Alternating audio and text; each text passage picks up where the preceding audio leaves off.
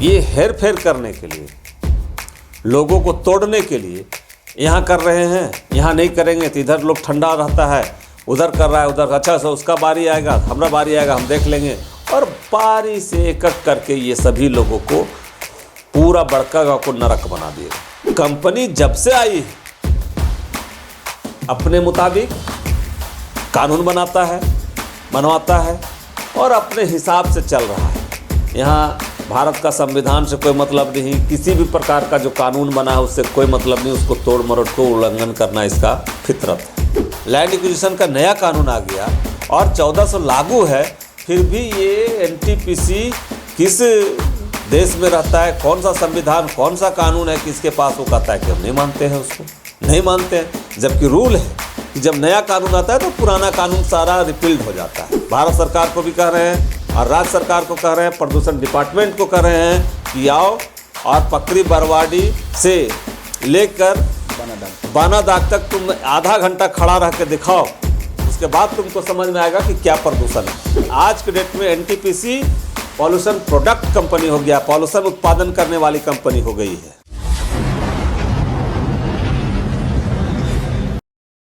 नमस्कार, जोहार, मेरा नाम है अमित और आप देखना शुरू कर चुके हैं द पंचायत न्यूज़।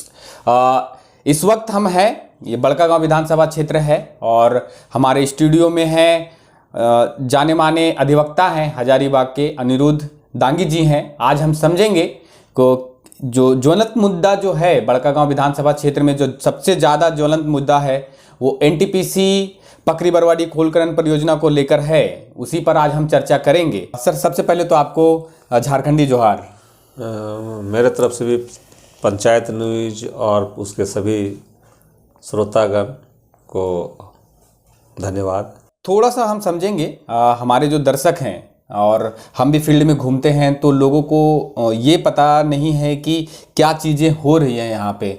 कुछ दिन पहले हमने केराड़ी में कुछ ग्राम सभा कवर किया था, तो वहाँ पे लोगों को कंपनी द्वारा ये बताया जा रहा है कि पकरी बरवाडी कोल खनन परियोजना जहाँ पे वो ग्राम सभा भी कर रहे हैं, वो पकरी बरवाडी कोल खनन परियोजना का पार्ट दिखाया जा रहा है कि मतलब अलग अलग खदान खुलेगा, सब कुछ उसका अलग किया जा रहा है। तो सबसे पहले हम आपसे ये समझना चाहेंगे कि क्या पकरी बरवाडी कोल खनन परियोजना का विस्तार कहाँ तक है और कौन से गांव उसमें आते हैं। देखिए, पकरी बरवाडी जो कोल खनन परियोजना है, जो प्रोजेक्ट है, जो कोल ब्लॉक है, ये कोल ब्लॉक उस समय लगभग 30-31 गांव इसमें शामिल होते थे और उसमें केराडारी और बड़कागांव दोनों अंचल का पार्ट था।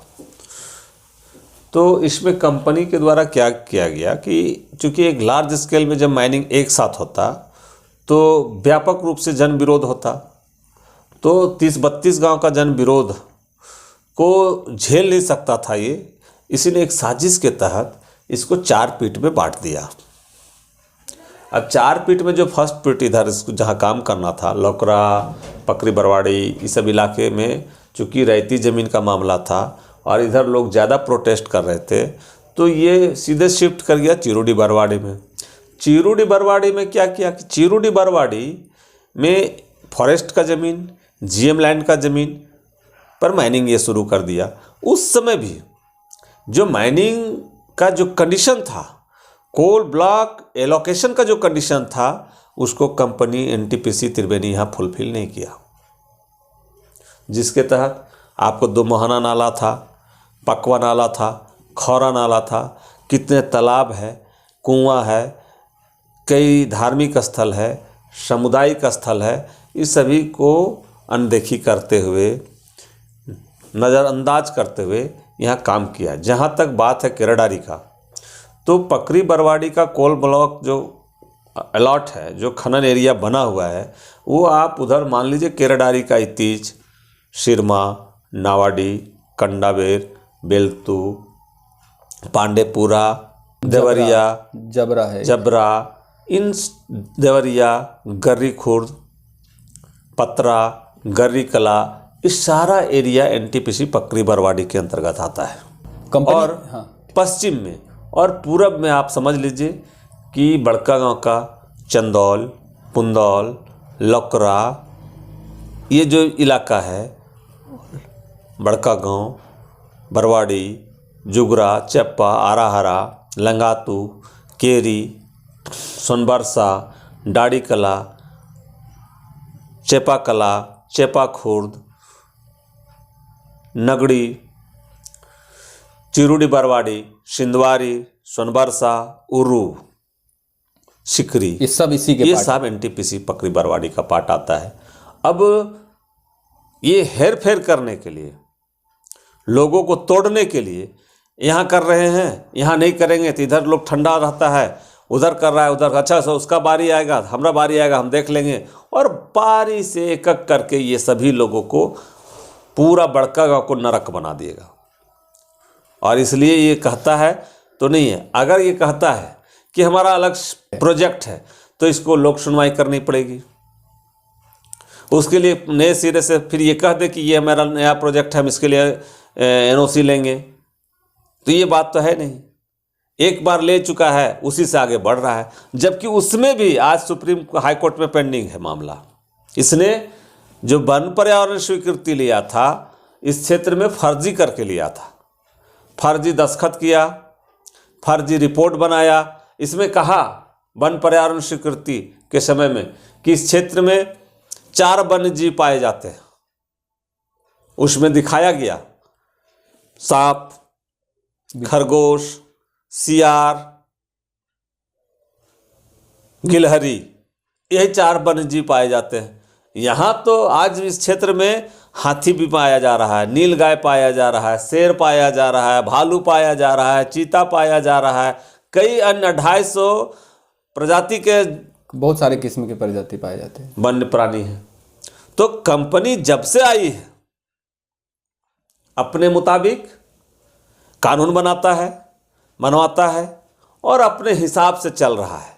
यहाँ भारत का संविधान से कोई मतलब नहीं, किसी भी प्रकार का जो कानून बना है उससे कोई मतलब नहीं, उसको तोड़ मरोड़ को उल्लंघन करना इसका फितरत है। हमने 4 से 5 ग्राम सभा कवर किए, उसके बाद हम आपके पास बैठे हैं, तो हम जो समझे वहाँ पे कंपनी का कहना है कि हमने इसका जो आपने एक जिक्र किया पर्यावरण जो करवाता है वो कोई भी खदान खोलने से पहले, वो वहाँ पे उसने किया इतिज में आज से 1.5 साल पहले, तो वो इसी कोल खनन का पार्ट था, तो वहाँ से फिर से उसको कराने की क्या जरूरत पड़ी?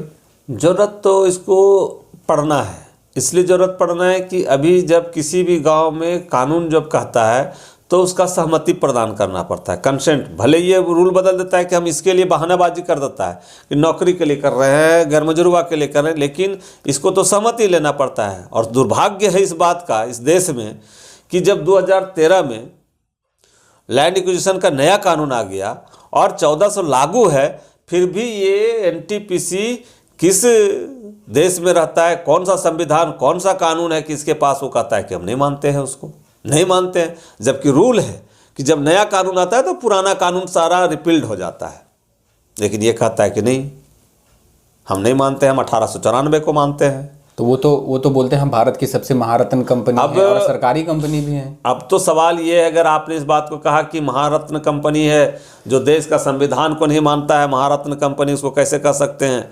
यहाँ पर इसी के सामने 3000 करोड़ का घोटाला झारखंड सरकार का एसआईटी ने कहा है। अभी भारत सरकार का वन एवं जलवायु परिवर्तन विभाग का तरफ से जो एडवाइजरी टीम था, जो स्पेशल उसका टीम था, 1200 करोड़ रुपया का पेनल्टीज पर लगाया। अब कहाँ? दूसरी बात, जिस कंडीशन में इसको कोल ब्लॉक अलॉट हुआ, लाइसेंस मिला कि ये कन्वेयर बेल्ट से कोयला का ढुलाई करेंगे, आज पूरा का पूरा बड़का गांव पकड़ी बरवाड़ी से ये सारा कोयला रोड ट्रांसपोर्टिंग से कर रहे हैं।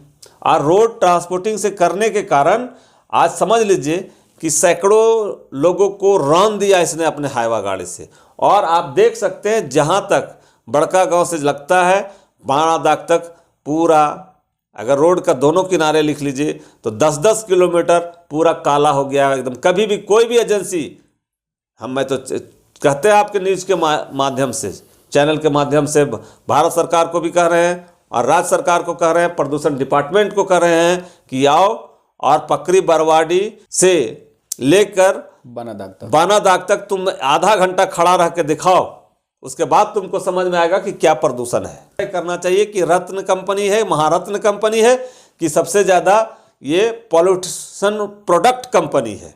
ये इसको कहने से नहीं होगा, ये आज के डेट में एनटीपीसी पॉल्यूशन प्रोडक्ट कंपनी हो गया, पॉल्यूशन उत्पादन करने वाली कंपनी हो गई है।